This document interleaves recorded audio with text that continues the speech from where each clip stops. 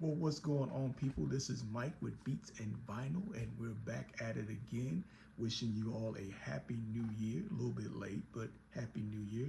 Hope everyone is doing well. 2025 is in the rear view, and now we're on to 2026. But the consistent thing is we're going to still be out here digging for these records and talking about them. So, with all that being said, look to doing a lot more on this channel. So if you can do me a favor, if you can like and share and subscribe, my goal for this year is to get 1,000 subs. I think I can do it, and with your help, I know I can get it, and I would greatly appreciate it if you can just hit that like button and subscribe to the channel and tell a friend to tell a friend. So with that being said, let's get into the records for this year. First, this is something I've been looking for a while, but it's Mel and Tim, Good Guys Only Win in the Movies. I think this came out around 1970. I really got kind of wind of this album through, ironically again, it's hip hop, through Pete Rock. They had a song back in the 90s called I Gotta Love. And they sampled the song on here, I believe called Groovy Situation. And I just love that song. And I remember hearing the original and wanted to hear more of it. And it took a while to find this. And I actually found it at Noble Records.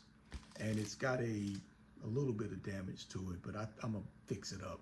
But it was discounted, which was rare, because normally this record, it really goes for like 30, 40 bucks. I was able to get it for like 12, which is pretty good. So I wanted to scoop this up. So good old Mel and Tim, Good Guys Winning the Movies. I've been able to listen to it a little bit during this the last time I recorded. So it's got some good stuff on it. Part of the song that I'm really liking is called "Ain't Love Wonderful." It's got a good 70s feel to it. Sounds like that I think it was written by Curtis Mayfield, and it's kind of got that sound. So glad to find this.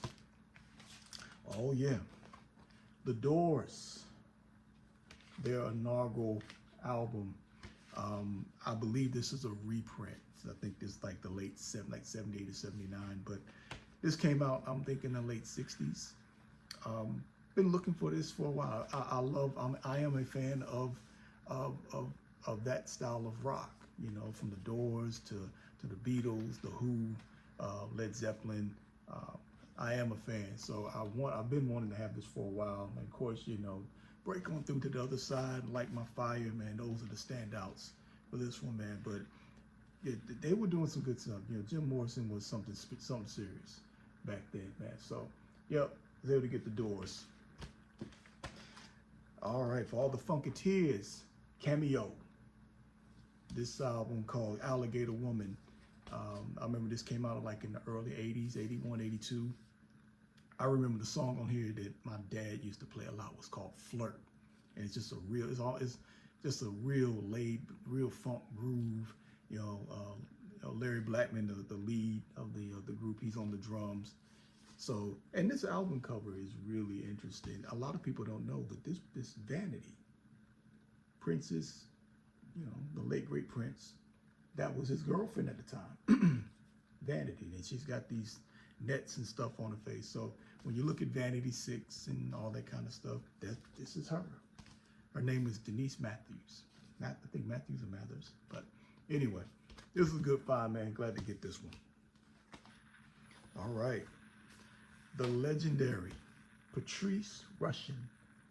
And I think this is her first record for the Elektra album, the Elektra record company.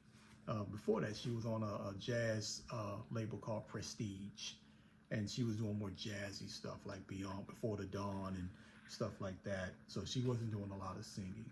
But this one is like she's starting to sing, and there's a little bit more funk to it, a little bit more R&B.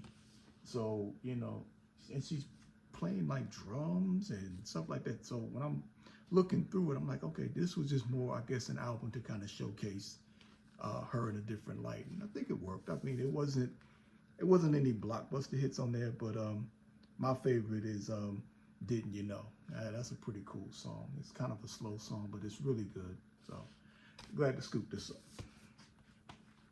I was digging around in the dollar bin, and I found this one by Jimmy Smith. incredible organist. I don't think I've heard anything on this quite yet. I haven't got a chance to play it yet, but Jimmy's was one of those greats in the mid to late '60s on the organ, and that's Rod. You don't really hear the organ that much on anything in recorded music now, man. But Jimmy was that guy, so I was glad to get to scoop this up for $1.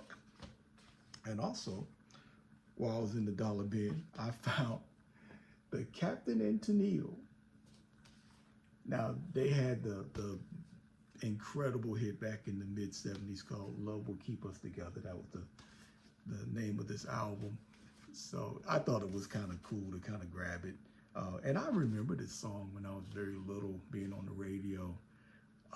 So it was kind of cool to add it to the collection, and it's only $1.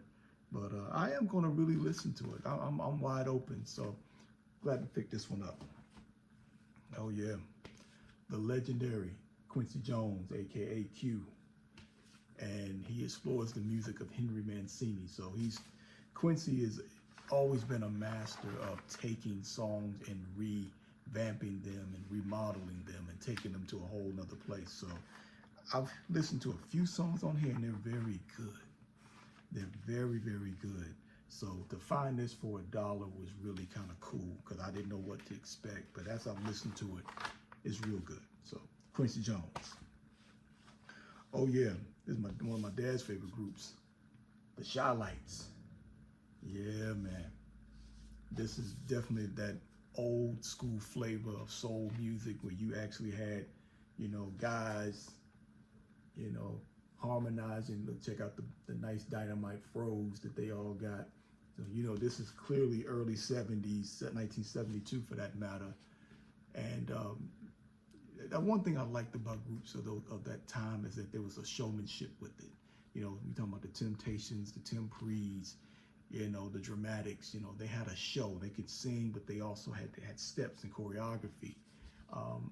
So these guys kind of fell in line with that. I mean, probably the hit from this one is the coldest. I think it's Oh Girl. I'm sorry, I'm tripping. But Oh Girl was one of the major hits on this album. But Coldest Days of My Life was another good song too. So, Chi-Lites. All right. Awesome. King Curtis live in the Fillmore. I got a chance to listen to this a little bit. And again, this is another one I picked up from, I believe I got it from Jam Pack Records for $1.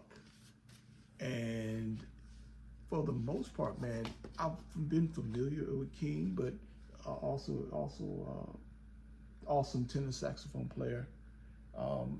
Had some heavy hitters like Cornell Dupree, Bernard Purdie, the normal Atlantic heavy hitters that would sit in on a lot of those sessions, but they were doing a live session, a live concert, and it was cool. I mean, there's some stuff on there that was really good. There's some stuff on there that it kind of stretched a little long, but for $1, yeah, I'll take it. So I can add a little King Curtis to the collection.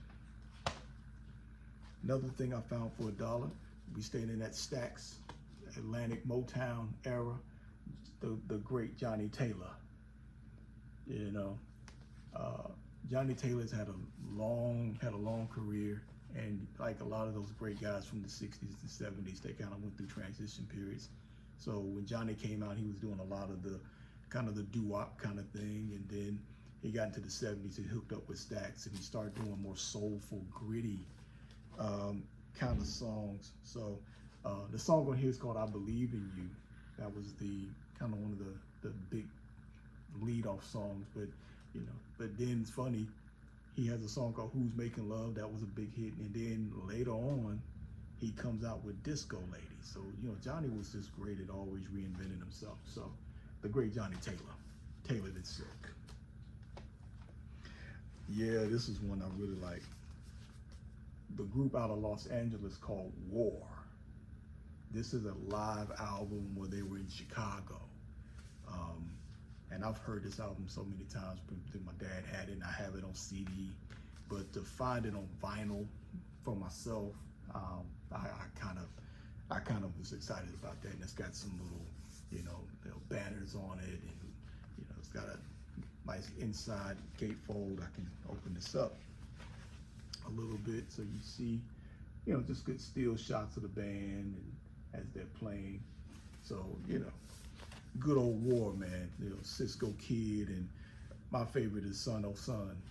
Just the way it starts out. I mean, they just were a tight band. Just beyond the singing, they just were a very, very good band. So, War, man. Glad to find this, man. And the last thing that I got for this month was the soundtrack to Cleopatra Jones. And let me tell you, I am a huge blaxploitation film buff.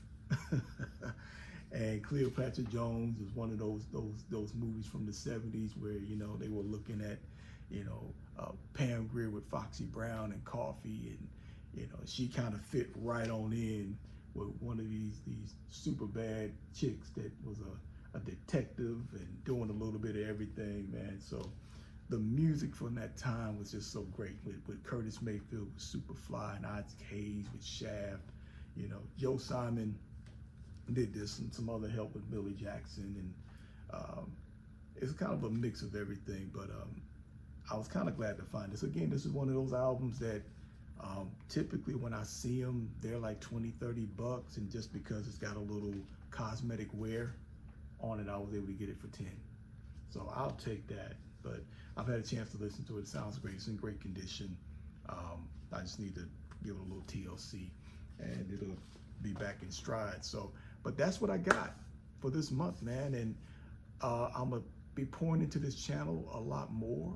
I got some beats and stuff that I've done, and I gotta put them on a reel, and I'm gonna upload those very, very soon.